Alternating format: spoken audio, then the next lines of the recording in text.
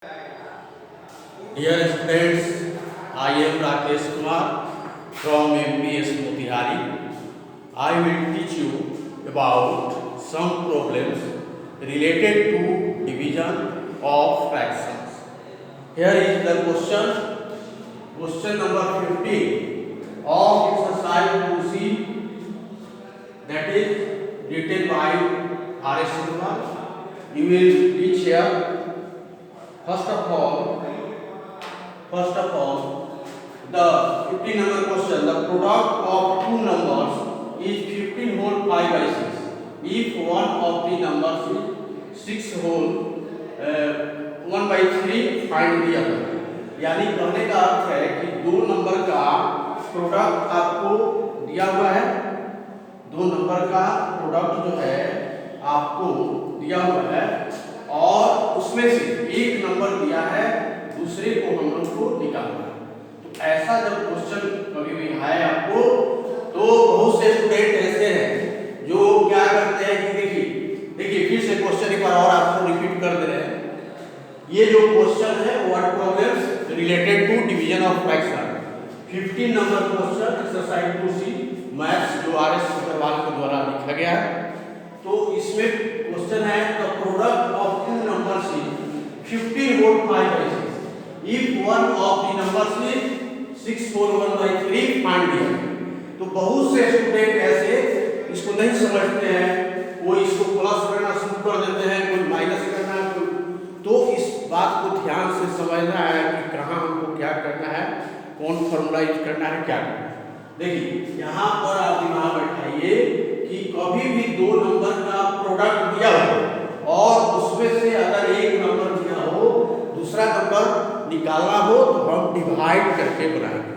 अब आपके मन में आएगा कि कैसे समझ रहे हैं कि डिवाइड ही होगा, उसका कारण है, देखिए यहाँ लिखा हुआ है कि दो नंबर का प्रोडक्ट कितना है, यानी इसका अर्थ है कि दो नंबर है और उसको मल्टीप्लाई करके इतना आया हुआ है।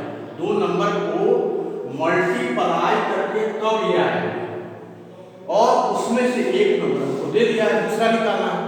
अगर आपको इस मिक्स नंबर में नहीं समझ में आ रहा है तो आप कोई हल्का नंबर लेकर सोचिए कि अगर हमको क्वेश्चन रहेगा कि दो नंबर का प्रोडक्ट 20 है और एक इसमें 5 है, तो दूसरा क्या है, यानी दो नंबर को मल्टीप्लाई करने से 20 आएगा और उसमें से अगर एक 5 है तो दूसरा क्या होगा। तो आप जरूर आसानी से बता दीजिएगा कि अगर दो नंबर को मल्टीप्लाई करके 20 आया है और एक इसमें 5 है तो दूसरा 4 होगा, क्योंकि 5 4 मल्टीप्लाई करने से 20 आएगा। तो उसी चीज को यहाँ पर हम अप्लाई करेंगे, यानी कहने का मतलब कि जब प्रोडक्ट ऑफ टू नंबर दिया है और एक दिया है, दूसरा निकालना है, तो हम डिवाइड करके निकालेंगे। और कैसे निकालेंगे, लिखेंगे यहाँ अदर नंबर इक्वल टू पहले लिखेंगे प्रोडक्ट, जो भी प्रोडक्ट दिया है वही लिखेंगे, पहले भी ध्यान रखेंगे। तो ये हम यहाँ लिखेंगे 15 whole 5 by 6, फिर लिखेंगे डिवीजन का साइन देंगे और ये नंबर लिखेंगे 6 whole 1 by 3। अब जो है आप क्या करेंगे, आप देख ही रहे हैं कि यहाँ मिक्स्ड नंबर है, तो इसको हम लोग को सबसे पहले इम्प्रॉपर फ्रैक्शन बदलना है। इम्प्रॉपर फ्रैक्शन कैसे बदलेंगे, कई बार आपको बताया गया है, फिर बताया जा रहा है। 50 6 90 और 5 इसको ऐड करेंगे तो 95 by 6, डिवीजन का साइन दे देंगे और 6 whole 1 by 3 है, 3 6 18 और 1 19 by 3 यहाँ।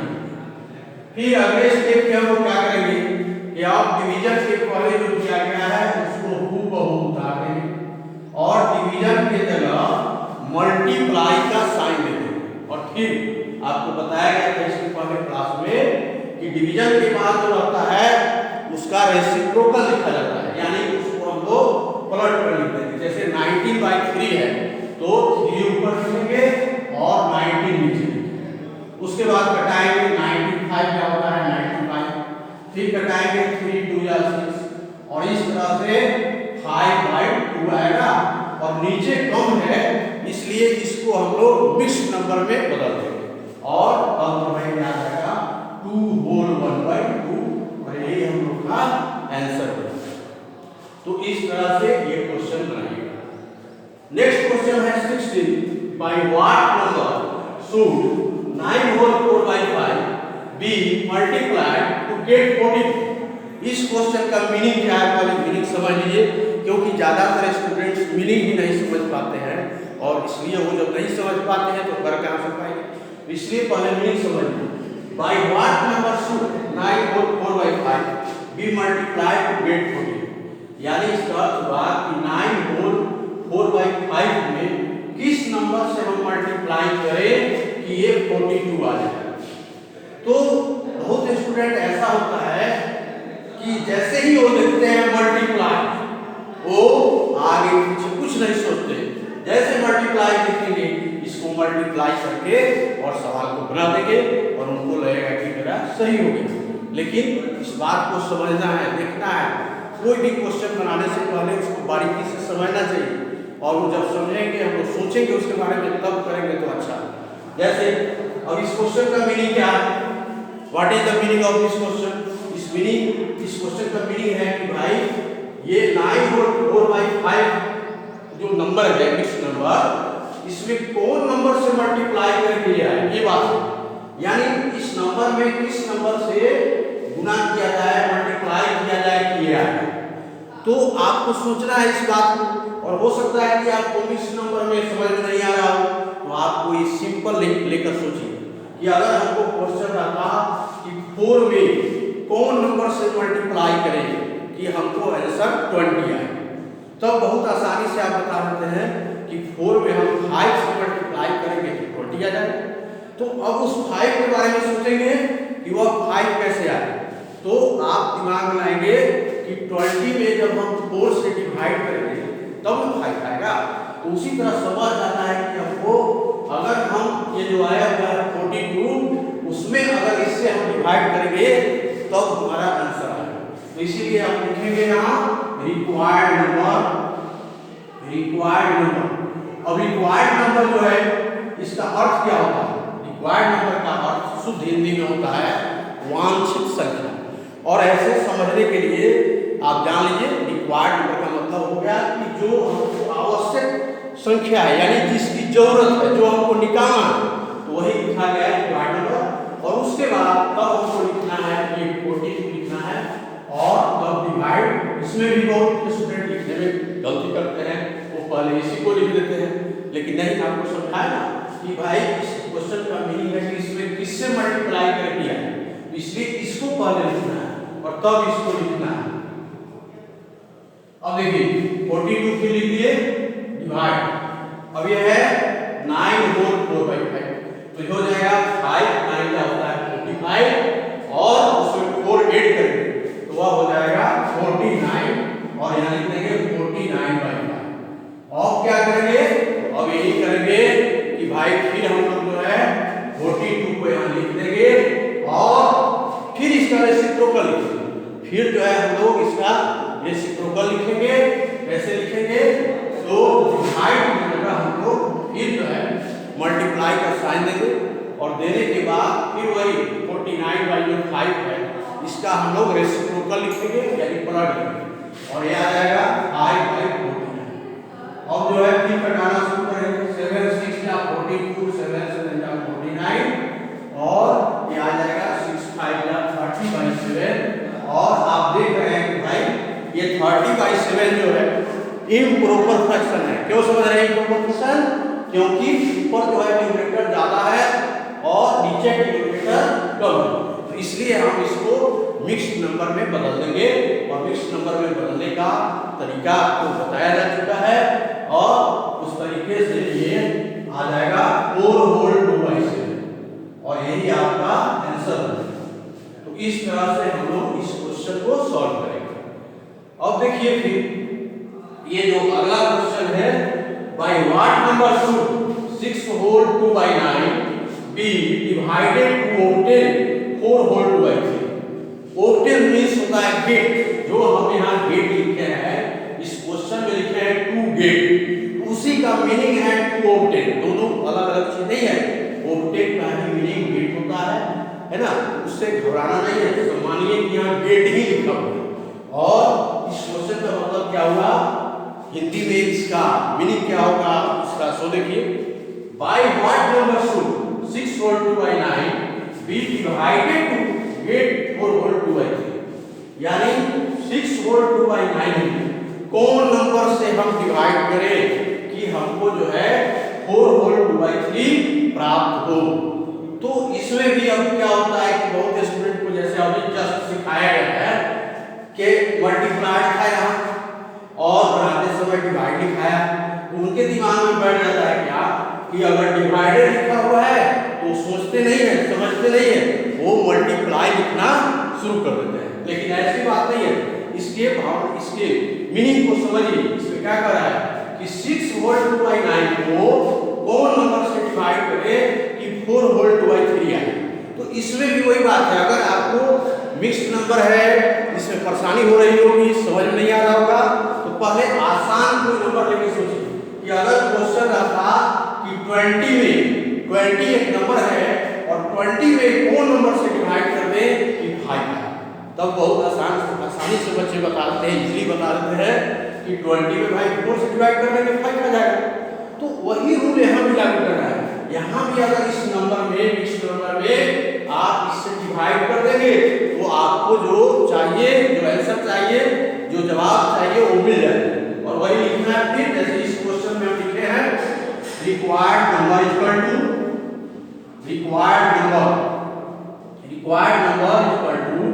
क्या हो जाएगा। अब पहले लिखना है इसी, देखिए अब बहुत स्टूडेंट ऐसा सोचते हैं कि उसमें वो वाला पहले लिखा है उसमें लिख दो, नहीं, हर बात को गंभीरता से बारीकी से सोचना है और वही आदमी अच्छा करता है। तो जल्दीबाजी नहीं करनी चाहिए और समझकर अच्छी तरह बनाना चाहिए। तो ये हो जाएगा 9 6 54 और 2 56 by 9, फिर हो जाएगा डिवाइड, उसके बाद 4 होल 2 by 3 है, 3 4 या 2 और 2 या तो हो जाएगा 14 by 2। और तब हम क्या करेंगे कि अब ये जो है ये ध्यान रखेंगे, फिर बता दे रहे हैं, अगर बार-बार इसलिए बताया जाता है कि भाई बार-बार आपकी जो कमी है वो जो है क्लियर होते जाए, जो कांसेप्ट है वो क्लियर होता है। देखिए इधर वाले को ज्यों का त्यों लिखना है, क्योंकि वो बार-बार देखते हैं, बार-बार हम बोलते हैं कि भाई इधर वाले को ज्यों का त्यों रखना है, लेकिन कुछ बच्चे क्या करते हैं इसको इसी का रेसिप्रोकल लिख देते हैं, इसी को पढ़ लेते हैं। इसे ध्यान रखना है कि इसको जो है हम लोग को ज्यों का त्यों लिखना है। उसके बाद क्या करना है, फिर आप देख रहे हैं डिवीजन का साइन है तो मल्टीप्लाई का साइन देना है, और 14 by 3 है इसका हमको रेसिप्रोकल लिखना है। रेसिप्रोकल को ही मल्टीप्लिकेटिव इनवर्स कहा जाता है, बोथ आर सेम, दोनों की चीज है, तो वही लिखना है। 14 by 3 है तो 3 by 14। अब क्या करेंगे हम लोग, वही करेंगे भाई, मल्टीप्लाई हो गया हमको। अब मल्टीप्लाई जिस नियम से हम लोग करते हैं उसी नियम से करेंगे। फिर हम लोग कटाएंगे, 3 जा 9 हो गया, 14 4 जा 56 हो गया। अब आप देख रहे हैं ऊपर जो है आ गया 4 और नीचे आ गया 3, और इस तरह से हम लोग देख रहे हैं कि हमको नजर आ रहा है ये इम्प्रॉपर फ्रैक्शन। क्यों? क्योंकि ऊपर न्यूमरेटर ज्यादा है, नीचे डिनोमिनेटर कम है। तो फिर क्या करेंगे, फिर वही करेंगे, हम लोग मिक्स्ड फ्रैक्शन में चेंज कर देंगे और इस तरह से जब चेंज कर देंगे तो हमको आ जाएगा 1 होल 1 by 3 और यही आपको आंसर है। तो इस तरह से एक्सरसाइज जो कुर्सी है उसका आपको लगभग जो है सभी टाइप के क्वेश्चन बता दिए गए। इनको आप अच्छी तरह से स्टडी करेंगे, निश्चित रूप से आपका जो है इसमें कोई प्रॉब्लम नहीं रह जाएगा अगर आप ऑनेस्टली अच्छा से इसकी तैयारी करेंगे। अब जो है हम लोग कुछ ऑब्जेक्टिव क्वेश्चन जो कि कंपटीशन के लिए जरूरी है वो हम लोग करेंगे। तो उसके लिए हम लोग देखेंगे कि ऑब्जेक्टिव क्वेश्चन कैसे किया जाए, कैसे किया जा सकता है, उस बात को ध्यान रखेंगे। ठीक, तो हम बोल रहे थे कि अब आपको हम कुछ ऑब्जेक्टिव क्वेश्चन जो कि कंपटीशन के लिए बहुत ही जरूरी होता है, और हमेशा मनुष्य को ये नहीं सोचना चाहिए कि हमारे किताब में जो दिया गया है हम उतना ही तक लिमिटेड रहें और उतना ही के इर्द गिर्द घूमते रहे। नहीं, हम लोग को कॉम्पिटिटिव व्यू से पढ़ना चाहिए, और इसीलिए कुछ आपको आपके किताब में एक्सरसाइज 2D में आपको कुछ ऑब्जेक्टिव क्वेश्चंस दिए गए हैं और उस क्वेश्चन को हम आपको डायरेक्ट नहीं समझाते हुए उसका हम आपको बताएंगे कि भाई उसका आंसर क्या होना चाहिए, क्यों होना चाहिए। देखिए अब जैसे आपको दे रहा है तो ये क्वेश्चन है which of the following is vulgar fraction, और इसमें दिया है ऑप्शन में 3/10, फिर दिया है 40/10, फिर दिया है 10/10 और एक दे रहा है नंबर। तो आप कैसे समझेंगे कि भाई इसमें कौन जो है वल्गर फ्रैक्शन है? बहुत सिंपल सवाल है। देखिए जिसका आपको जब हम पढ़ा रहे थे फ्रैक्शन शुरू किए थे तो हम बताए थे कि जिसका डिनोमिनेटर 10 हो या 10 का मल्टीपल हो वह जो है डेसिमल फ्रैक्शन होता है, और जिसका ये स्थिति नहीं हो यानी डिनोमिनेटर 10 और 10 का मल्टीपल नहीं हो वह वल्गर फ्रैक्शन होता है। तो इसीलिए 10/3 है तो ये जो है ये आपका हो जाएगा वल्गर फ्रैक्शन। क्लियर?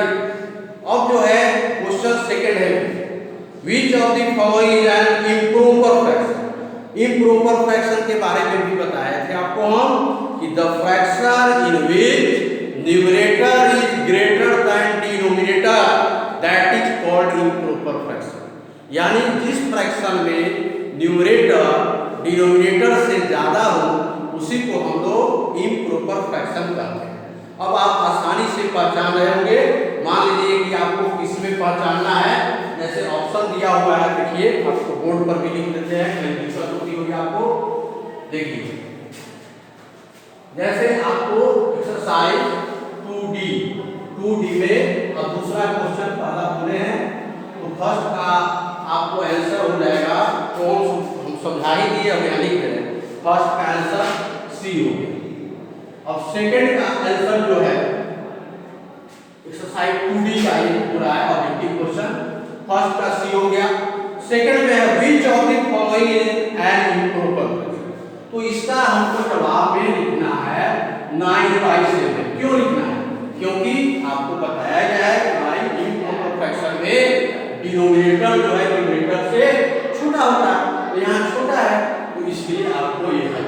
और फर्स्ट का सी में क्या आंसर हुआ है 10/3। क्यों हुआ है? इसलिए हुआ है क्योंकि उसमें हमको ये पता करना था कि वल्गर फ्रैक्शन कौन होता है, और उसमें यही होता है कि नीचे जो है 10 या 10 का मल्टीपल रहेगा, यानी डिनोमिनेटर जो है 10 और 10 का मल्टीपल रहता है तो वह डेसिमल फ्रैक्शन होता है। तो यहाँ वैसी बात नहीं है, इसलिए ये वल्गर फ्रैक्शन। थर्ड क्वेश्चन है, देखिए थर्ड में है कि which of the following is reducible fraction। अब बहुत स्टूडेंट को ये रिड्यूसिबल का मीनिंग नहीं जानते हैं, तो इसलिए उनको परेशानी हो जाती है कि इसको कैसे बनाए, किस तरह बनाए। तो देखिए रिड्यूसिबल फ्रैक्शन का मतलब लोएस्ट फ्रैक्शन, यानी आपको इसको देखना है कि कौन इसमें जो फ्रैक्शन है वह रिड्यूसिबल फ्रैक्शन, यानी कहने मतलब कौन लोएस्ट टर्म में हो सकता है, यानी लोएस्ट टर्म में किसका जो है मतलब है, कौन है फ्रैक्शन, उसी को कहते हैं। तो कहने का मतलब है कि आप देख रहे हैं गौर से, देख रहे हैं कि भाई जैसे which of the following is reducible fraction, तो यहाँ दिया हुआ है। और मान लीजिए कि जैसे 105/112 तो ये रिड्यूसिबल है। क्यों रिड्यूसिबल है? क्योंकि इसको लोएस्ट फ्रैक्शन में ले जाने का गुंजाइश है, इसको हम ले जा सकते हैं। रिड्यूस से बना है, देखिए लोएस्ट बताया है, लोएस्ट टर्म का मतलब क्या होता है कि वो आगे अब रिड्यूस नहीं हो सकता है, लेकिन ये रिड्यूसिबल यानी रिड्यूस होने वाला, यानी कम होने वाला, यानी लोएस्ट टर्म में जाने वाला फ्रैक्शन कौन है उसको हमको चुनना है। तो आपको हम लोएस्ट टर्म वाले बोल रहे थे, क्यों बोल रहे थे? क्यों? ताकि लोएस्ट टर्म भी आपको समझा दे। जैसे मान लीजिए कि 4/5 लोएस्ट टर्म कौन होता है?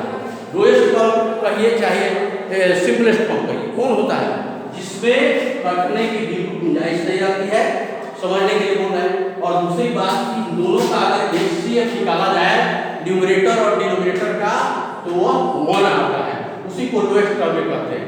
लेकिन यहाँ 3 जो क्वेश्चन है इसमें बोला है कि कौन रिड्यूसिबल है, यानी कौन रिड्यूस होने का किसमें गुंजाइश है, तो ऐसा जो है हमको ये में है। क्यों ये में है? क्योंकि ये जो है 100 ये जो 5 दिया है आपको और नीचे दिया है 112। तो ये रिड्यूसिबल है। क्यों रिड्यूसिबल है? क्योंकि इन दोनों का आप HCF निकालिएगा तो आप देखिएगा कि 7 आएगा। इसका मतलब 7 से इसको डिवाइड करके रिड्यूस कर सकते हैं, तो इसीलिए इसको रिड्यूसिबल फ्रैक्शन हम कहते हैं। कैसे? देखिए 105 से 112 को डिवाइड करेंगे, 1 से जाएगा और ये आएगा, फिर 7 से हम लोग इसको डिवाइड करेंगे, 7 1 जा 7, 3 बचेगा और 5 निकलेगा और 7 5 जा 35 कर जाएगा। तो इसका मतलब कि इस दोनों का HCF 7 है, यानी 7 से इसको हम लोग रिड्यूस कर सकते हैं, इसको हम लोग रिड्यूस कर सकते हैं। इसलिए रिड्यूस मतलब लोएस्ट टर्म में ले जा सकते हैं, कम कर सकते हैं। जैसे आप कैसे कम करेंगे वो भी बता दें। अब जैसे 7 आया तो 7 से ऊपर डिवाइड कीजिए, 7 से नीचे, तो ये आ जाएगा 15/6। बाकी इसमें कोई भी वैसा नहीं है, जैसे इसका जो है हम इस तरह से कर सकते हैं। जैसे 104/121 किया हुआ है बी में, तो उसका HCF भी 1 आ जाएगा। 77/72 है, उसका भी HCF 1 आ जाएगा। 46/63 दिया है, उसका भी HCF 1 आ जाएगा। लेकिन एकमात्र ऐसा है जो आपको HCF निकाल कर भी बता दिए, एकमात्र ऐसा है जिसको जो है हम लोग HCF निकाले हैं तो 7 आया, यानी एकमात्र फ्रैक्शन ये जो है ऐसा था जो रिड्यूसिबल था, यानी कम होने वाला था। 4, अब क्वेश्चन नंबर 4 देखिए। 4 में है कि 2/3, 4/6, 6/9, 8/2 कैसा फ्रैक्शन है, इसमें आपको ये बताना है। तो गौर से देखिए आप, ये जो दिया हुआ है इसको और डिटेल में आपको हम बता दे रहे हैं 4 का। जैसे क्वेश्चन में 4 में दिया हुआ है 2/3, 4/6, फिर 6/9 और उसके बाद दे रहा है अगला 8/2। अब देखिए आप, अब इसमें जो है हमको देखना है कि भाई कौन इसमें से किस टाइप का फ्रैक्शन है।